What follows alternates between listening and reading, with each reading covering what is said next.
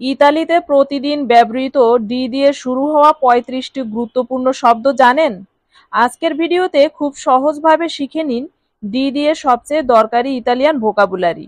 চলুন শুরু করি। প্রথমে রয়েছে দোমান্দা। দোমান্দা মানে প্রশ্ন। যখন আপনি কারো কাছে কোনো তথ্য জানতে চান বা কিছু জিজ্ঞাসা করেন, তখন এই শব্দটি ব্যবহার করা হয়। অ উনা দোমান্দা মানে আমার একটি প্রশ্ন আছে। পরের শব্দটি হলো দেনারো। দেনারো মানে টাকা বা অর্থ।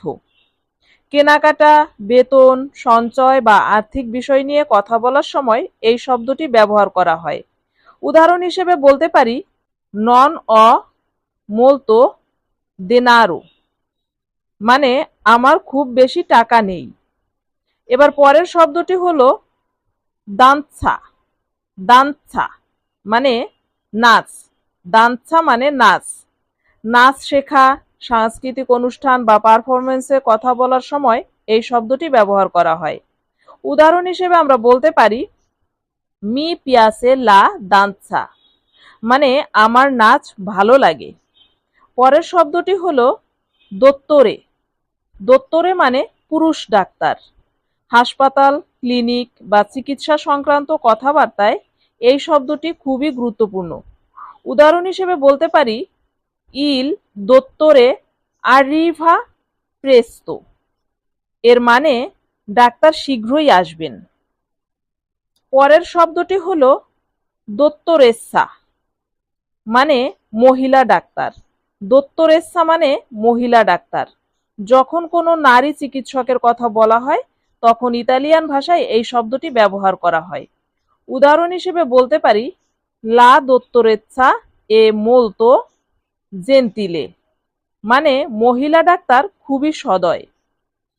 এখন পর্যন্ত আপনি প্রশ্ন, টাকা, নাচ এবং ডাক্তার সম্পর্কিত গুরুত্বপূর্ণ কিছু শব্দ শিখে ফেলেছেন। কিন্তু এখন আসছে এমন কিছু শব্দ যেগুলো ইতালিতে দৈনন্দিন জীবন, কাজ এবং চাকরির ক্ষেত্রে প্রায় প্রতিদিনই ব্যবহার করা হয়। পরের শব্দটি হলো দোমেনিকা। দোমেনিকা মানে রবিবার। ইতালিতে যখন কেউ ছুটির দিন বা রবিবারের সাথে সময় কাটানোর কথা বলে, তখন এই শব্দটি অনেক শুনবেন। উদাহরণ হিসেবে বলা যায়, সি ভেদিয়ামো দোমেনিকা মানে আমরা রবিবার দেখা করব। পরের শব্দটি হলো দোমানি মানে আগামীকাল। দোমানি মানে আগামীকাল। আগামী দিনের পরিকল্পনা, কাজ বা অ্যাপয়েন্টমেন্টের কথা বলার সময় এই শব্দটি ব্যবহার করা হয়। উদাহরণ হিসেবে বলা যায়, লাভোরো দোমানি মানে আমি আগামীকাল কাজ করব। পরের শব্দটি হলো দিফিচিলে মানে কঠিন। দিফিচিলে মানে কঠিন। কোনো কাজ, পরীক্ষা বা পরিস্থিতি সহজ না হলে এই শব্দটি ব্যবহার করা হয়। উদাহরণ হিসেবে বলতে পারি, কোয়েস্তো লাভোরো এ দিফিচিলে মানে এই কাজটি কঠিন। পরে যে শব্দটি আছে সেটি হলো দেচিজিওনে মানে সিদ্ধান্ত। দেচিজিওনে মানে সিদ্ধান্ত। কোনো বিষয় নিয়ে চূড়ান্ত মত বা নির্বাচন করলে এই শব্দটি ব্যবহার করা হয়। উদাহরণ হিসেবে, অপ্রেসো উনা দেসিসিওনে মানে আমি একটি সিদ্ধান্ত নিয়েছি। পরের শব্দটি হলো দেন্তে মানে দাঁত। দেন্তে মানে দাঁত। দাঁতের ব্যথা, চিকিৎসা বা দৈনন্দিন পরিচর্যার সময় এই শব্দটি ব্যবহৃত হয়। উদাহরণ হিসেবে বলা যায়, মি ফা মালে উন দেন্তে মানে আমার একটি দাঁতে ব্যথা করছে। পরের শব্দটি হলো দিরিত্ব। দিরিত্ব অর্থ অধিকার। কোনো ব্যক্তি আইনগত বা সামাজিকভাবে যে সুযোগ পাওয়ার যোগ্য তা বোঝাতে এই শব্দটি ব্যবহার করা হয়। উদাহরণ হিসেবে বলা যায়, এ উন মিও দিরিত্ব মানে এটা আমার অধিকার। পরের শব্দটি হলো দোকুমেন্তো। এর মানে ডকুমেন্ট। দোকুমেন্তো অর্থ ডকুমেন্ট। ইতালিতে অফিস, চাকরি বা কাগজপত্রের কাজ করতে গেলে এই শব্দটি খুবই গুরুত্বপূর্ণ। উদাহরণ হিসেবে বলা যায়, আই ইল ডকুমেন্তো মানে তোমার কি ডকুমেন্ট আছে। পরের শব্দটি হলো দিরেচ্ছিওনে। দিরেচ্ছিওনে মানে দিকে। কোনো রাস্তা, গন্তব্য বা পথ নির্দেশ করার সময় এই শব্দটি ব্যবহার করা হয়। উদাহরণ হিসেবে বলা যায় কোয়াল এ লা দিরেচ্ছিওনে, মানে কোন দিকে যেতে হবে। পরের শব্দটি হলো দিজিউনো। এর মানে উপবাস। দিজিউনো মানে উপবাস। ধর্মীয় কারণে বা মেডিকেল পরীক্ষার আগে না খেয়ে থাকার বিষয় বোঝাতে এই শব্দটি ব্যবহার করা হয়। উদাহরণ হিসেবে বলা যায় সোনো আ দিজিউনো, মানে আমি উপবাসে আছি। পরের শব্দটি হলো ডিপোজিতো, মানে জমা। ব্যাংকে টাকা জমা দেওয়া বা কোনো জিনিস সংরক্ষণ করে রাখার ক্ষেত্রে এই শব্দটি ব্যবহার করা হয়। উদাহরণ হিসেবে বলা যায় অ ফাত্তো উন ডিপোজিতো, মানে আমি একটি জমা করেছি। পরের শব্দটি হলো দিরেত্তরে। দিরেত্তরে মানে পরিচালক বা ম্যানেজার। অফিস, কোম্পানি বা কোনো প্রতিষ্ঠানের প্রধান ব্যক্তিকে বোঝাতে এই শব্দটি ব্যবহার করা হয়। উদাহরণ হিসেবে বলতে পারি পারলো কন ইল দিরেত্তরে, এর মানে আমি পরিচালকের সাথে কথা বলছি। এখন পর্যন্ত যদি ভিডিওটি আপনার কাজে লাগে তাহলে এটি শেয়ার করুন এমন কারো সাথে যিনি ইতালিয়ান ভাষা শিখছেন। পরের শব্দটি হলো ডিপেন্দেন্তে। ডিপেন্দেন্তে মানে কর্মচারী। কোনো কোম্পানি, দোকান বা প্রতিষ্ঠানে চাকরি করা ব্যক্তিকে বোঝাতে এই শব্দটি ব্যবহার করা হয়। উদাহরণ হিসেবে বলা যায় সোনো উন ডিপেন্দেন্তে। সোনো উন ডিপেন্দেন্তে অর্থ আমি একজন কর্মচারী। পরের শব্দটি হলো ডিজেনিও। ডিজেনিও মানে আঁকা ছবি বা চিত্র। কোনো স্কেচ, ডিজাইন বা হাতে আঁকা ছবি বোঝাতে এই শব্দটি ব্যবহার করা হয়। উদাহরণ হিসেবে বলা যায় বেল ডিজেনিও, মানে সুন্দর ছবি। বেল ডিজেনিও অর্থ কি সুন্দর ছবি। পরের শব্দটি হলো দোলোরে। দোলোরে মানে ব্যথা। শরীরের কোনো অংশে কষ্ট বা যন্ত্রণা অনুভব করলে এই শব্দটি ব্যবহার করা হয়। উদাহরণ হিসেবে বলতে পারি অ দোলোরে আল্লা এসেসেনা, মানে আমার পিঠে ব্যথা আছে। এর পরের শব্দটি হলো দোলচে। দোলচে অর্থ মিষ্টি। মিষ্টি খাবার, পানীয় বা স্বাদ সম্পর্কে কথা বলার সময় এই শব্দটি ব্যবহার করা হয়। উদাহরণ হিসেবে বলা যায় কোয়েস্তো দোলসে এ বুয়োনো, মানে এই মিষ্টি খাবারটি সুস্বাদু। অভিনন্দন, আপনি ইতিমধ্যে 20টি গুরুত্বপূর্ণ ইতালিয়ান শব্দ শিখে ফেলেছেন।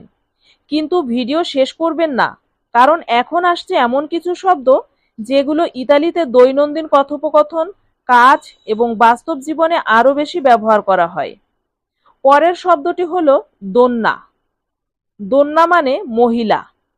কোনো নারী বা প্রাপ্তবয়স্ক মহিলাকে বোঝাতে ইতালিয়ান ভাষায় এই শব্দটি ব্যবহার করা হয়। উদাহরণ হিসেবে বলা যায় কুয়েল্লা দোন্না এ জেন্তিলে, মানে ওই মহিলাটি খুব ভদ্র। পরের শব্দটি হলো দোভেরে।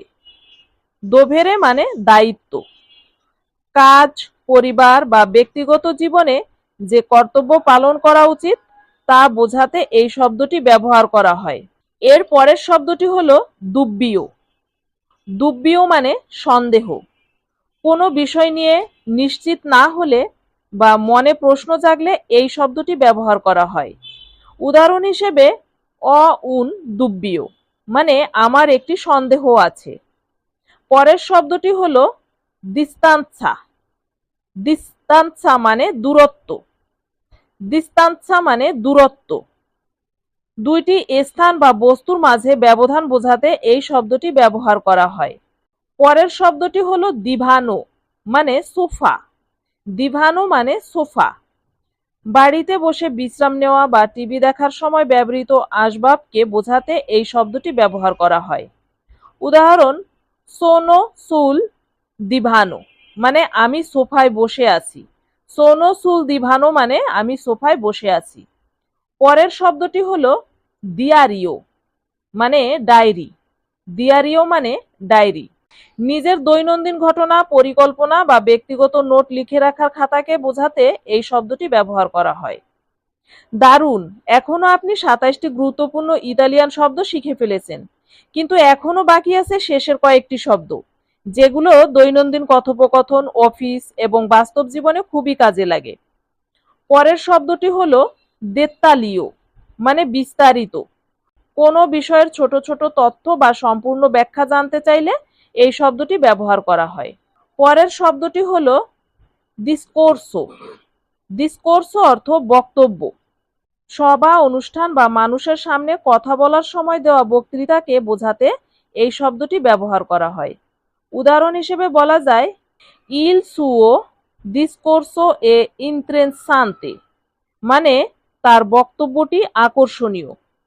পরের শব্দটি হলো দেজিদেরিও। দেজিদেরিও মানে ইচ্ছা।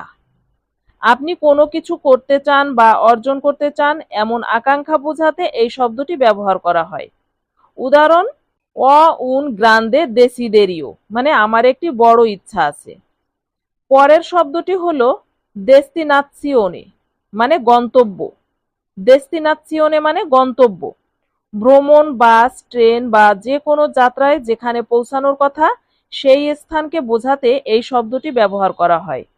উদাহরণ, কোয়াল এ লা দেস্তিনাৎসিওনে, অর্থ গন্তব্য কোথায়।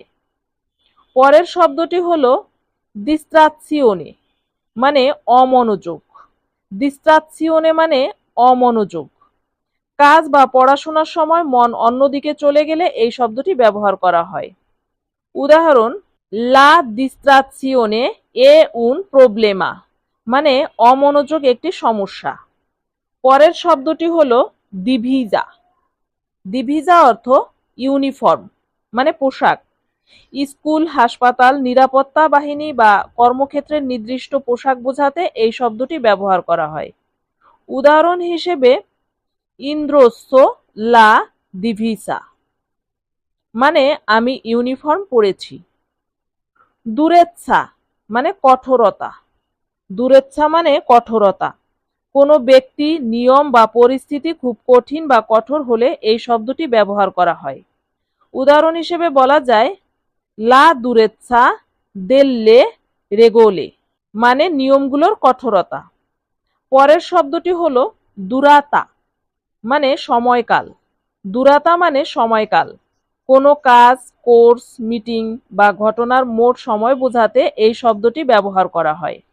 উদাহরণ হিসেবে বলা যায়, কোয়াল এ লা দুরাতা দেল কোর্সো, মানে কোর্সটির সময়কাল কত।